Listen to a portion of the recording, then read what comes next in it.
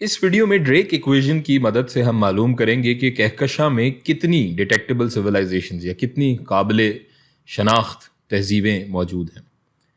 فرض کرتے ہیں کہ ہمارے پاس 100 بلین ستارے موجود ہیں، تو یہ برابر ہو جائے گا n اسٹار کے، اور اس کے 1/4 ستارے سیارے بنائیں گے، اور یہ ویلیو برابر ہو جائے گی ہمارے ایف پی کے.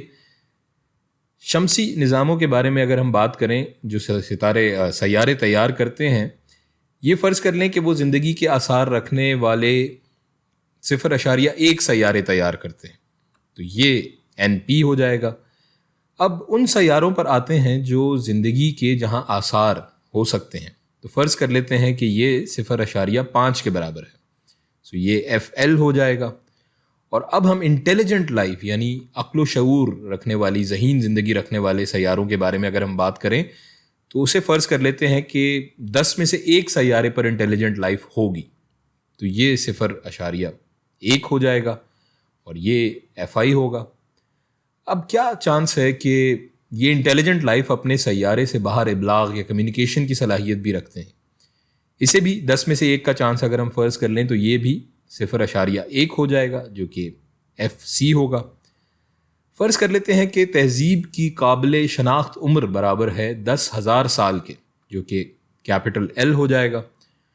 اور ایک ستارے کی اوسط عمر ہم مثال کے طور پر لکھ لیتے ہیں 10 بلین سال کے برابر. اب یہ جو تمام ویلیوز ہیں انہیں ہم پلگ ان اگر کر لیں اپنی ڈریک ایکویژن کے اندر، تو یہ برابر ہو جائے گی capital N is equal to 100 billion into 0.25 into 0.1 into 0.5 into 0.1 into 0.1 into یہ کیپٹل ایل ہے 10,000 ایئرز ڈیوائڈیڈ بائی یہ ٹی ایس ہے 10 بلین ایئرز. اب ان سب کو اگر ہم کیلکولیٹ کریں تو ہمارے پاس جو جواب آئے گا وہ ہے 12.5 یعنی 12.5، تقریباً 12.5 ڈیٹیکٹیبل سویلائزیشنز قابل شناخت تہذیبیں یا تہذیب موجود ہیں ہماری کہکشاں ملکی وے یا آکاش گنگا میں. تو پھر سوال یہ ہے کہ ہم ان کا پتہ کیوں نہیں لگا رہے ہیں؟ ہو سکتا ہے کہ ان کے ریڈیو سگنلز، شاید ان کی الیکٹرو میگنیٹک ویوز، برقی مقناطیسی لہریں ہمارے پاس پہنچ رہی ہوں، لیکن ہم ابھی اسے نوائز، جو سگنل میں جو نوائز ہوتی ہے، یہ جو شور ہوتا ہے، اس سے الگ اس کو سیپریٹ کرنے کی صلاحیت نہیں رکھتے. ایک عدد پروجیکٹ ہے سیٹی کے نام سے، SETI. یہ پروجیکٹ اسی کے بارے میں ہے.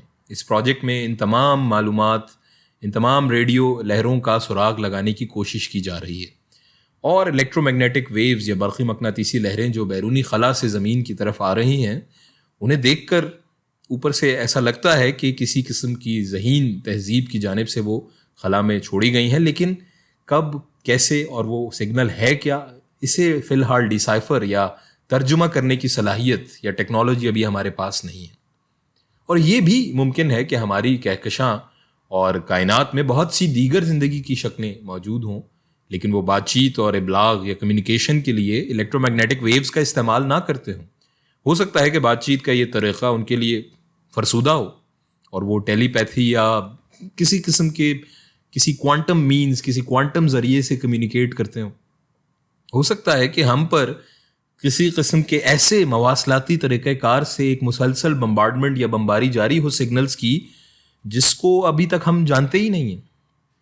ہو سکتا ہے کہ اگلے 100 سالوں میں ہم کوئی بہتر طریقہ یا کوئی بہتر ٹیکنالوجی یا حل معلوم کر پائیں اس مسئلے کا.